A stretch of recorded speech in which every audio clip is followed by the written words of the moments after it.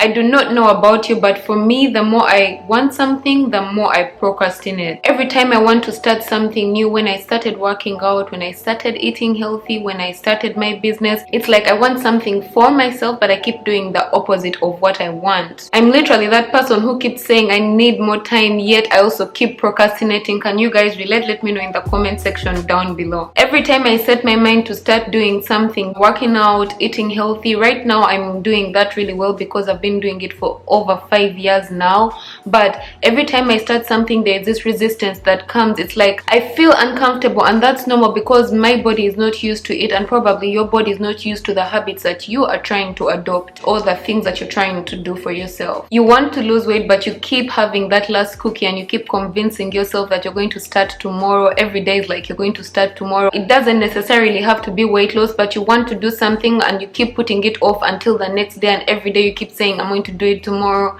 and tomorrow and tomorrow, and you end up not doing it. I actually wanted to record this video on Monday because it's my productive day, but it's actually 2:51 as I speak. I was supposed to record this video this morning, and this is when I'm recording it, but better late than never. So in today's video, I'm going to share with you guys my tips on how I'm currently reducing my procrastination.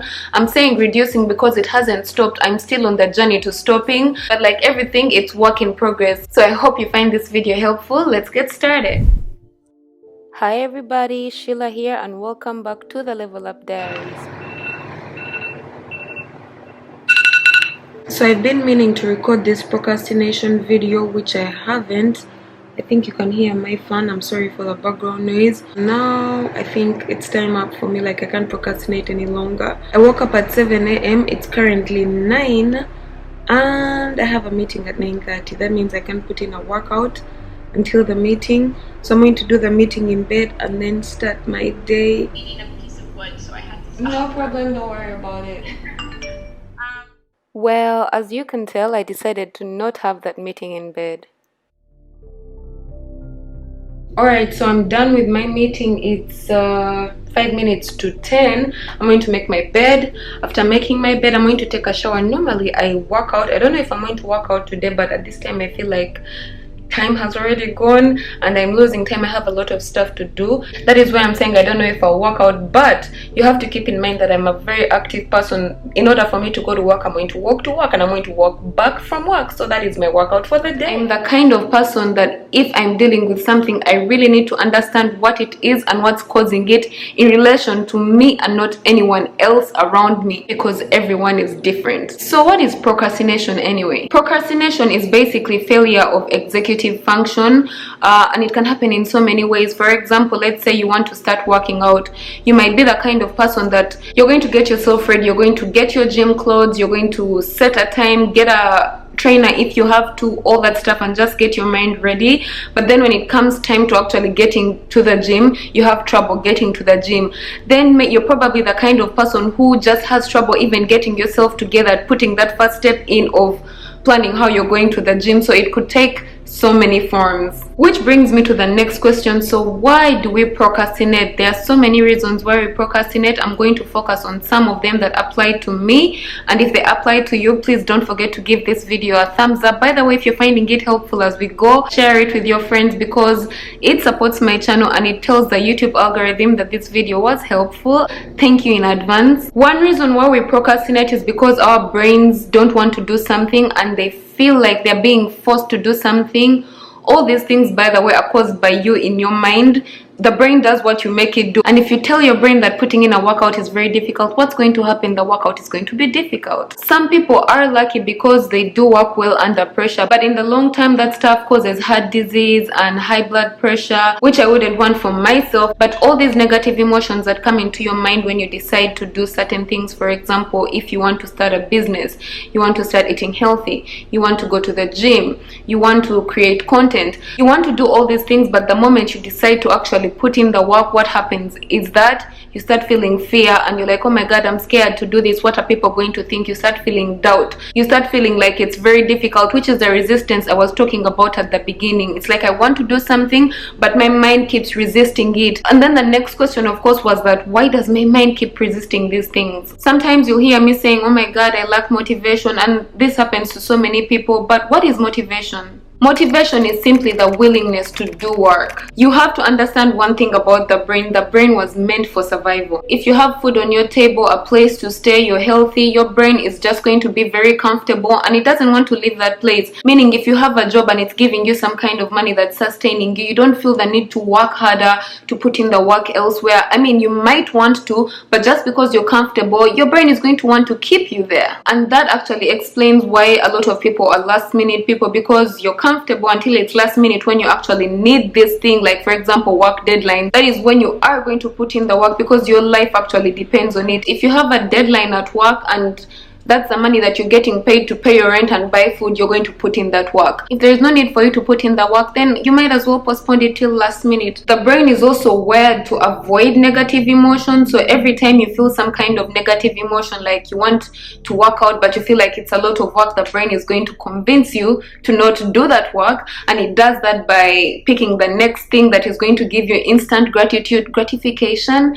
I don't know, let me know what the right word is in the comment section down below. Whatever is going to raise your dopamine at that time is what the brain is going to. You want to put in a work, create some content, and then you look at Instagram. What are you going to do? Check on Instagram, because when you check Instagram, it's going to help you instantly. Yet when you have to create content, you have to plan the content, you have to record the content, you have to edit the content, you have to upload the content, you have to distribute the content, and your brain is going insane thinking about all these things. Yet it could actually just play a game or go through Instagram. Of course, it's much easier, duh. So generally the narrative you feed your brain is running the show, and if you don't change that narrative, then you're going to be stuck there, which is my first step to dealing with procrastination. I actually made an in-depth video about it. I'm going to leave a link to that video above. It's a rice experiment video. It's very insightful. You should watch it. Now, after talking about the brain and what causes procrastination, let's get into how I personally deal with procrastination, because there are so many things, like the Pomodoro method, which is very common, but it actually didn't work for me, and that's just me. For so many people it does work. I saw this thing in a previous video where this guy gave an example that you see how you have a wooden beam on the ground and they tell you to walk on that beam. You're going to walk on it without feeling like you're going to fall over.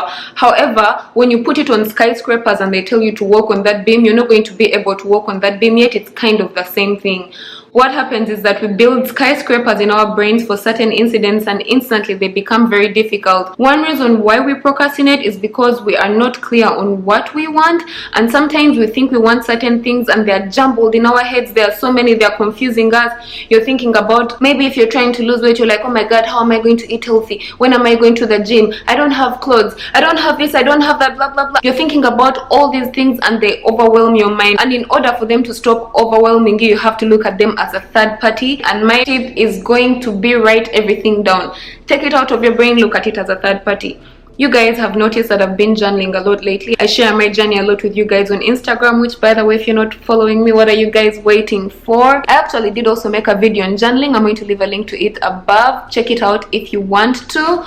But it has shed so much light on my life. When I started journaling, I was feeling so overwhelmed, so what I did was write everything down. When you write it down, you start to organize your life, and I have this rule that if I write down a list of things that I need to do and I could do them within a day, I don't overwhelm myself. What I do is do one a day, you know. You don't have to do them all, and even if there are 10 in the next 10 days, you'll be done with those things, as opposed to them piling, you feeling like a loser and just continuing that downward spiral. We have a lot of things going on in our lives, and because of that we tend to get very overwhelmed in decision making. And one thing we don't realize is willpower is finite. I think that's a word. Willpower is finite.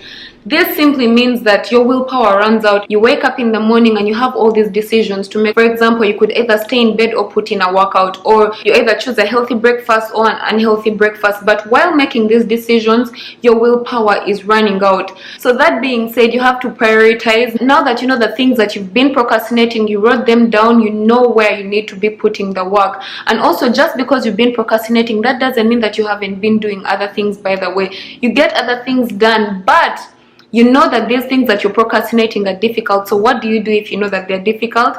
Do them first, because your willpower when you wake up is really high. You're more likely to do things willingly. Then put the things that you kind of do naturally later, because you'll do them anyway. For example, if you have a work project, you're going to do that work project anyway. But if you have a personal project you're working on, you're going to want to procrastinate because there's no deadlines, there's nothing.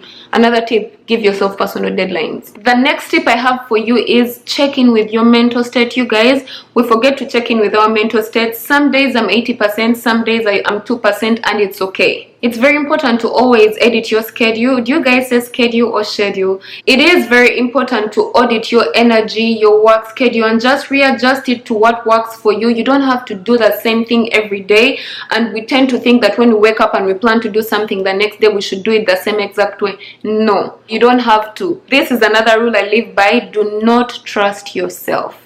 Because if you trust yourself, chances are we are human and we are programmed to do so many different things a certain kind of way. So if you want to do something new and you trust yourself to do it, chances are, my dear, it might not happen. So do not trust yourself when it comes to your work environment. Make your work environment conducive. I'm only saying don't trust yourself because I'm the kind of person, because I work from home, and a lot of us right now are working from home, so you guys can relate.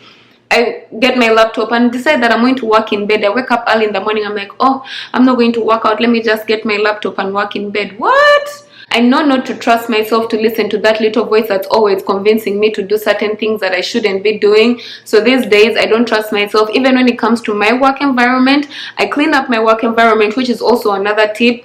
Clean up your work environment. Make sure where you're doing your work from is conducive for work. Make sure where you're working out from is conducive for working out. Make sure that if you want to eat healthy, you take out all the junk food from your fridge and there's only nutritious stuff for you to snack on in the middle of the night. So I recently learned about dopamine, which plays a big role in how we feel pleasure. I think it's the feel-good hormone. Now, when you wake up in the morning, sometimes if you're the kind of person like the old me and the me I'm trying to get away from, I actually did the same thing today. I woke up and the first thing I did was check my phone. If you check your phone and you go on Instagram, it's like those things are raising your dopamine. They're giving you this kind of feel-good feeling in the morning. You get some kind of satisfaction from looking at people's fake lives, and then that makes you feel like shit about your life. You feel like, oh my god, where do I start? All those things.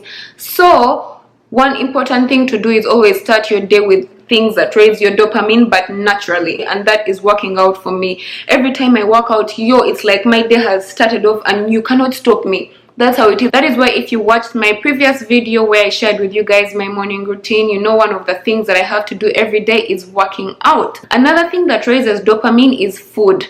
You guys know I'm all about good health, nutrition, and all that good stuff, which, by the way, if you did not know, I'm an online weight loss and wellness transformation coach. One thing that helps with raising dopamine is food. The thing is that we relate the foods that are less nutritious to high dopamine. For example, you eat chocolate because it's going to make you feel good, or you eat whatever it is you decide to eat, you eat it because it's going to give you some kind of pleasure. And we relate healthy food to things that don't give us pleasure, so we are not that enthusiastic to eat those things. But I told you this at the beginning, your brain takes the narrative that you give it. So if you say that eating healthy is difficult, that's what it's going to take. Right now I'm at a place in my life, and a lot of my clients, by the way, are at this point in their lives where we eat to nourish our body, to nourish our soul. Sometimes I eat fast food, don't get me wrong, I love fast food, but I eat it, if I eat it for long enough, I'm like, oh my god, Sheila, what are you doing to yourself, you know? And this food is actually directly related to how you function. If you eat high sugar foods, you're more likely to have a sugar crash and you're not going to be motivated to work. You're just going to be low on energy. And actually, if you sit down and take real audit of your life, you'll notice that every time you have these things that are supposed to make you feel good, depending on how often you have them, in most cases you tend to feel bad later. That's why it's important to learn how your body works and the different changes you can make with your body, because like I always say, knowledge is power, and knowledge about self is self-empowerment. That is what we are all about in the Weight Loss from Scratch program. If you want more details about the Weight Loss from Scratch program, I'm going to leave them in the description box down below. So I told you at the beginning that I'm those people that tend to overcomplicate things in my head, and a lot of people are victims to this. We tend to overcomplicate things in our minds. So what I normally do for that is, I was watching a YouTube video. You guys, I'm doing a lot of personal growth work, so I watch a lot of personal growth videos. That is why I have all these tips. This girl was sharing tips on how she gets things done, and she focuses on doing 3 things a day. She calls it the top 3 method. She's called Erin on Demand. Some of you guys might know her. She's a business mentor. But the basic concept of this is you focus on 3 important things that you need to do for your business or for whatever your goal is every day, and not forget about the rest. Yes, you can do the rest. If you're done with those 3, let me tell you, you're Gucci. And when you think about it, by the way, it makes sense. 3 times 5, because it's, let's say you have a 5-day week, those are 15 things done, better than you procrastinating. Like I said at the beginning, you probably have only 10 things that you're procrastinating, and if you did 1 every day, you're more likely to finish in 10 days than if you keep procrastinating, because it seems so complicated because of these skyscrapers you've built in your mind. The next thing I tend to like doing, which is something that I don't really reward myself, but if you watched my video about time, how I'm managing my time, if you haven't watched it, I'm going to leave a link to it above or in the description box down below. I basically shared with you that one day I actually decided to do everything the way I wanted to. It was a Monday, which is my most productive day. I woke up at 6 a.m. I did my workout, my whole morning routine. By 8 I was done. From 8 till midday I did my business stuff, which is madam based stuff, and then after that I did my work stuff, because you guys know I have a side job. I need to support my life while I'm growing my business. But I found that I got so much done in 4 hours, where I took away all distractions. No phone, no nothing. By the way, there are so many apps that you can use on your phones and your computers in order for you to block the internet and stuff, so that you're not distracted.